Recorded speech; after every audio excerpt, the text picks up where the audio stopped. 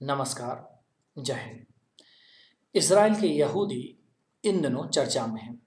फिलिस्तीन से उनके संघर्ष के बाद इन दिनों दुनिया भर के लोग इसराइल और यहूदियों के धर्म के बारे में जानना चाहते हैं। यहूदी धर्म खासा प्राचीन धर्म है और इस धर्म में केवल एक ईश्वर को माना जाता है। वैसे यह उस यहूदियों का एक खास रिश्ता मनु से भी है।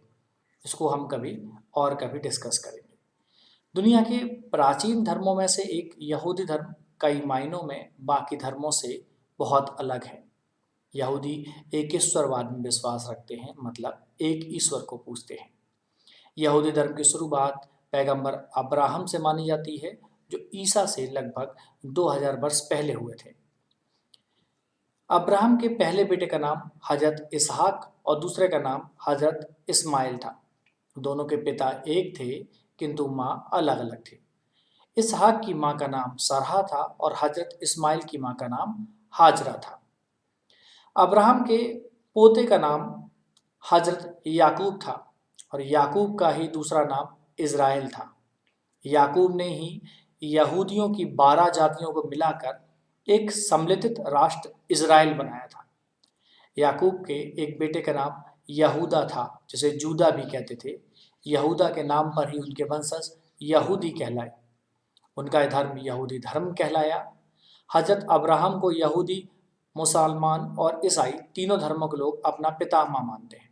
आदम से अब्राहम और अब्राहम से मूसा तक यहूदी, ईसाई और इस्लाम सभी के पैगंबर एक ही हैं, किंतु मूसा के बाद यहूदियों को अपने अगले पैगंबर के आने का अभी भी इंतजार है।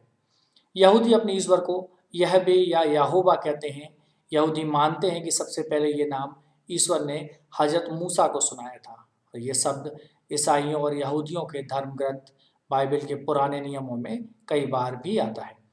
यहूदियों की धर्म भाषा हिब्रू और यहूदी धर्म ग्रंथ का नाम तनक है, जो इब्रानी भाषा में लिखा गया है, जिसे तालमुद या तोरा भी कहते हैं। असल में ईसाइयों की बाइबल में इस धर्म ग्रंथ को शामिल करके इसे पुराना अहदनामा अर्थात ओल्ड टेस्टामेंट कहते हैं। तनक का रचना काल लगभग 444 से लेके 100 के बीच माना जाता है, जो बीसी में है। ईसा के लगभग 1500 वर्ष पूर्व अब्राहम के बाद यहूदी इतिहास में सबसे बड़ा नाम पैगंबर मूसा का है। मूसा ही यहूदी जाति के प्रमुख व्यवस्थाकार हैं और मूसा को ही सबसे पहले से चली आ रही एक परंपरा को स्थापित करने के कारण यहूदी धर्म का संस्थापक माना जाता है। मूसा मिस्र के फराओ के ज़माने में हुए थे। ऐसा माना जाता है कि उनको उनकी माँ ने नील नदी में बहा दिया था और फिर उनको फराओ की पत्नी ने पाला था। बड़े होकर वे मिस्री राजकुमार बने। बाद में मूसा को मालूम हुआ कि वो तो यहूदी हैं और उनका यहूदी राष्ट्र अत्याचार सह रहा है, यहूदी गुलाम हैं, तो उन्होंने यहूदियों को इकट्ठा कर उनमें एक नई जागृति लाई। यरूशलेम, जिस पर फिलिस्तीनी और इजरायली दोनों दावा करते हैं, दरअसल उसे सबसे पवित्र शहर माना जाता है। यहाँ यहूदियों का सुलेमानी मंदिर हुआ करता था, जिसकी अब सिर्फ एक दीवार बची है। यहीं मूसा ने यहूदियों को धर्म की शिक्षा दी थी। वहीं माना जाता है कि मुस्लिमों के आराध्य हजरत मोहम्मद भी यहीं से जन्नत को गए थे। इसके अलावा ईसा मसीह के यरूशलेम कर्मभूमि भी थी। यहूदियों की धार्मिक भाषा इब्रानी है, जिसे हिब्रू भी कहते हैं, और इनका प्रमुख धर्म ग्रंथ तनक है। इसे हिब्रू में ही लिखा गया है। वहीं जब इस धर्म ग्रंथ में क्रिश्चियन के बाइबल को शामिल किया जाता है तो इसे ओल्ड टेस्टामेंट कहते हैं। यहूदी अपने देवता का नाम यहोवा बताते हैं। उनके मुताबिक यहूदियों के अगले पैगंबर हजरत मूसा ने इस नाम को सुनाया था। यहूदियों से इस्लाम का रिश्ता फिलिस्तीन और इजराइल के बीच सन 1948 से ही जारी संघर्ष को कई पहलुओं से देखा जा सकता है। इसमें सबसे अहम है यहूदियों से इस्लाम का रिश्ता, या कह सकते हो इस्लाम से यहूदियों का खास ताल्लुक रहा है। ईसाइयों से भी रहा है, ऐसा नहीं है, लेकिन इस्लाम और ईसाइयत वास्तव में यहूदियों की दो संतानें मानी जाती हैं। हजरत इब्राहिम इन तीनों के आदि पुरुष हैं और ये तीनों एक ईश्वरवादी हैं। ये तीनों किसी एक मसीहा में यकीन रखते हैं। इन तीनों का विकास भले ही अलग अलग तरह से हुआ हो, लेकिन इन सभी का मूल समान है और वह है यहूदी मूल। एक चुटकुला है कि 1940 के दशक में जर्मन फौजें एक गिरजाघर में घुस गईं, बंदूकें तान दी और कहा, जितने भी यहूदी हैं सभी एक एक कर बाहर आ जाए। सभी यहूदी बाहर आ गए। अब जर्मनों ने पूछा, कोई और है जो भीतर रह गया हो? अब जीसस क्राइस्ट खुद सलीब से उतरे और बाहर आकर खड़े हो गए। Because god damn it, Jesus himself was a जू। जीसस खुद एक यहूदी थे। इजिप्ट में जहाँ यहूदियों का पवित्र सिनाई का पहाड़ मौजूद है, वह तकरीबन वही इलाका है जिसे इस्लाम में लेवेंट कहा जाता है, जो इस्लामिक कैलिफेट का एक अहम हिस्सा माना जाता है। यहूदियों की पवित्र नगरी यरूशलेम में जो अल अक्सा मस्जिद है, मुसलमान पहले उसकी तरफ मुंह करके नमाज पढ़ा करते थे। अब वे काबा की ओर मुंह करके नमाज पढ़ते हैं। बहुधा ऐसा भी होता है कि जब वे काबा की ओर मुंह करते हैं तो उनकी पीठ यरूशलेम की ओर होती है। बात वही है, जब आपने पहले को छोड़कर दूसरे को ले लिया तो पहले पर हक कहाँ से जताएंगे? यहाँ पर बहुत सारे क्वेश्चन हैं। आज अरब मुल्कों में जहाँ तहाँ इत्वा अल यहूद या यहूदियों का कत्ल कर डालो का नारा बुलंद होता रहा है। ऐसे में उन मुसलमानों को यह जानकर खुशी होनी चाहिए कि 7वीं सदी में मोहम्मद साहब द्वारा खुद को पैगंबर घोषित किए जाने से पहले तक मध्य पूर्व के बासिंदे यहूदियों के साथ मिलजुल कर रहते थे। हालात यह थी कि 5वीं सदी में दहू नवास नामक अरब के सुल्तान ने यहूदी धर्म अपना लिया था। यहाँ तक कि मदीना का जो शहर है वह भी यहूदियों ने ही बसाया था और पहले से यथरीव कहा जाता था।